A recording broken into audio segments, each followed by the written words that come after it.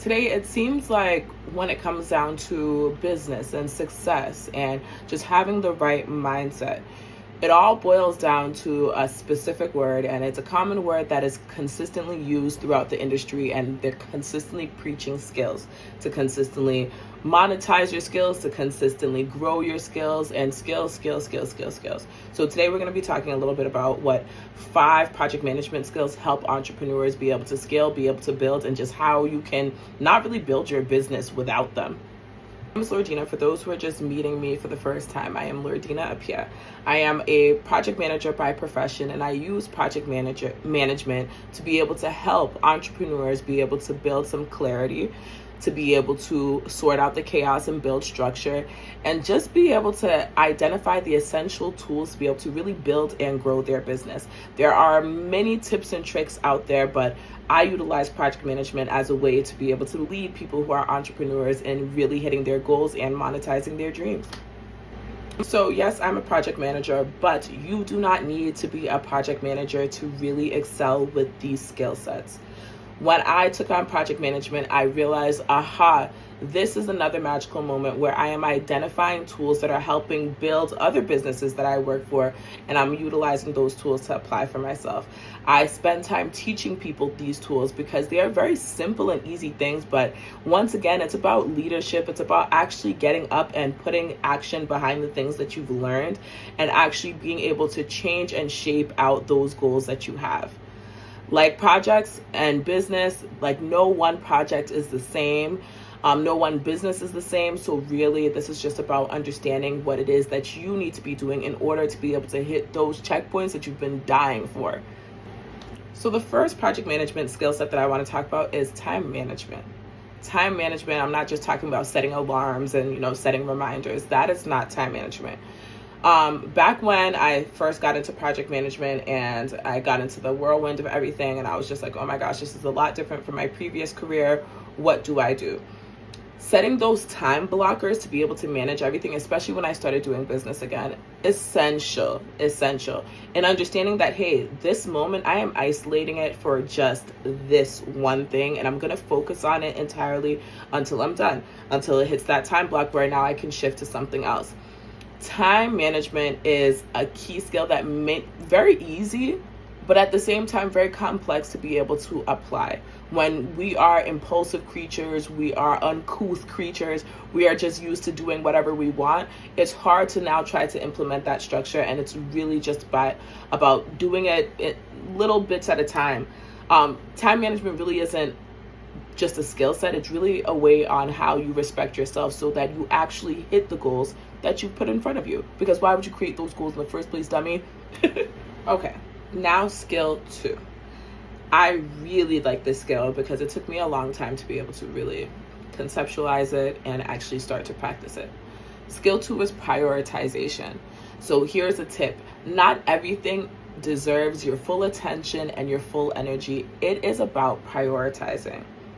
So back when I was really focused on lead magnets and, oh my God, I have to put out these lead magnets, and I started to understand what that actually meant, I realized that I'm putting too much time into lead. I was spending a month trying to build a lead magnet because, once again, one thing about us project managers, we're a little bit of perfectionists, and sometimes we will crumble our brain in just trying to put out the perfect product.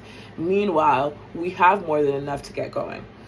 This piece is a piece that is a little bit disabling when it comes down to being able to launch your business. You have to prioritize. There's going to be many things that are going to require your attention, and you have to understand, okay, what is absolutely needed? What do I need to do now? What should I do? What's next? What can I give to someone else? What can I, hire an external resource for? Do I have resources? Do I have money to be able to do certain things? When you start prioritizing, you start asking yourself these questions, it becomes a little bit easier to identify the things that you need to take on as the owner of the business, the things that you can actually give out to other people, whether they're people that work for you or if you're going to subcontract a vendor. And it helps you be able to just really organize things in the way that you want, so that when you're setting up those time blocks won't be set for nothing, right? You know that this 3 hours is essential right now because I have to put my content strategy together. I have to plan out my content for the next few weeks because I'm going to Mexico. It's about being very purposeful and being forward thinking. If you're choosing between like editing a podcast episode or like sending an invoice, send the invoice, obviously, because revenue is the goal, right? Don't spend time over all of that information that you need for the podcast and the episode. Meanwhile, you have things that you need to do. So prioritization is going to save you a good amount of the time. I don't want to say 100% of the time, but this is an essential skill to get right. Skill set 3, communication. When it comes to project managers, this is a skill set that we are supposed to be grandiose. We're supposed to be amazing. And I am one of those people that just happens to be amazing. When it comes down to communication, this is a humbling experience because I feel like everybody thinks that they communicate so well. Like, oh, this person's issue is communication. Meanwhile, the person who's talking likely has a communication issue. When it came down to clients that I had taken on, I had clients that would come on. I'd be like, yes, yes, yes. What's the goal? Let's make sure this is the goal. Are we starting on Monday? Expecting the first payout to be, Sunday night, yada, yada, bing, bing. Everybody checks a green flag, and then Sunday will come, and then I won't hear anything. Then I'll go back and check in with the client, and they're like, oh, like I didn't know that we were starting like this Sunday. When it comes down to project management, one thing that we excel in is making sure that we have actionable steps for the next time. Like if we're having a conversation, I should be ending it with actionable steps. So when someone is supposed to come back to you or you're waiting for someone to give you feedback on something, be very direct. Instead of just, hey, let me know if you have feedback. It's like, hey, why don't you check out this email that I sent you, and maybe, in the next 2 days, we'll jump on a call and we'll talk about it. Or in the next 2 days, is it okay if I text you so that you can share with me like your insights from, what I sent you or the video or whatever the case may be. It is very important to be able to communicate effectively because communication is a two-way street. The person who is giving the communication, the person is receiving the communication. If the person is receiving the communication in a way that is not helpful for your business, then you just said it, you just figured out the puzzle, right? You need to communicate better. So, and understanding what that actually means and what your communication deficits are, it makes it easier to be able to identify what you need to do with your communication in order to grow your audience.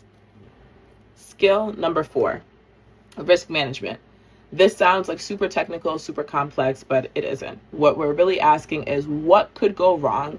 And if you identify things that could go wrong, how can you prepare for it?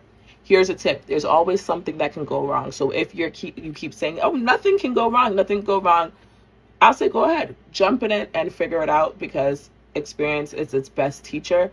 But understand that in everything that you do, something could go wrong. So being able to practice risk management and identify, hey, if I have these pitfalls, these are the mitigation plans. Once again, another complex word for us project managers. It just means these are the plans, plan A, plan B, plan C, on if this risk becomes an actual issue, meaning if it actually comes to life, I already have a game plan now, I'm going to figure it out. And if all of those fail, then I'm going to freak out a little bit. No, I'm just kidding.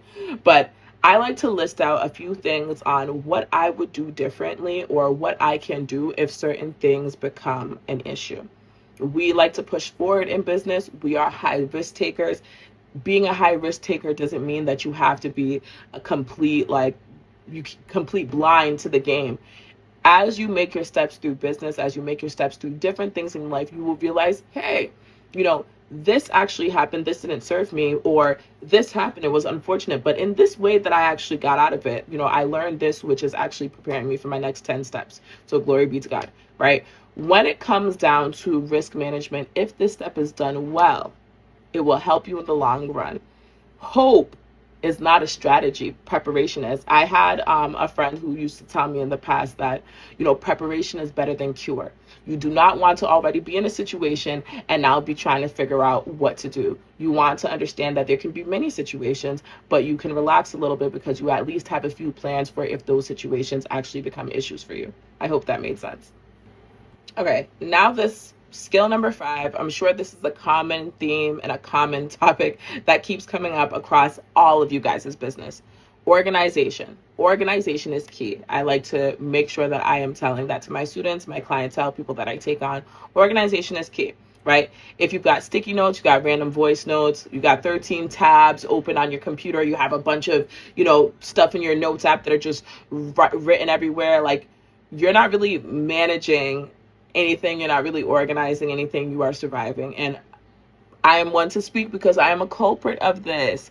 These are things that I had to teach myself. And like I said, when I got into project management, I was like, aha, a light bulb went off because I realized these are all the skill sets that I actually need to work on within my business. So what better career to take on than something that forces me to have to excel in it? And it has helped me dramatically. So I used to keep everything in my head. So like launch dates, how much people owe me, like when people are getting paid, what projects are going on. And like, yeah, not a major deal if you have like one or two clients, but remember, preparation is better than cure. It's better to be prepared for hundreds of clients than to be underprepared for hundreds of clients and then you miss your mark. You miss a lot of money that could have came your way, but you decided to just keep everything in your head. When it comes down to being organized, you have to be able to choose one platform or one type of system that works for your organization. For me, I like to write things down. I'm a hand writer, and it comes from, the old school saying that, a short pencil is better than a long memory, right? As I said, I was memorizing many, many things, and obviously everybody knows you memorize so many things that you're going to forget the good bulk load of them, no matter how great your memory is. So using specific apps, specific tools, personally, I like to use Google Docs to be able to organize like all my documentations. If I have certain plans or certain checklists that I need to do, I will put it there. If I have my client projects, I'll put it there so that it's transparent so that the client can also see it. It's important to have some type of structure to be able to organize all your business doings, because business, as all of you guys who already have businesses already know, it's a game of juggling. The better you get at the juggle, the more skills that you utilize to be able to keep that juggle going, the further you can go in business. But if you keep losing momentum and all of that, you're going to see an up, down, up, down, up, down journey consistently. And it's about being able to stabilize your business, to be able to understand how you got it stable, and now further scale it to be able to make more money.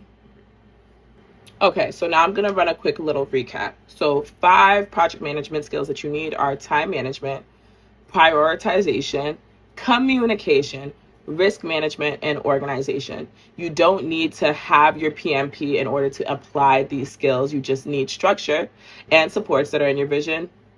Chaos is going to consistently drain your energy. So being able to apply these skills will further help you in your business and to just kind of keep things a little bit stable.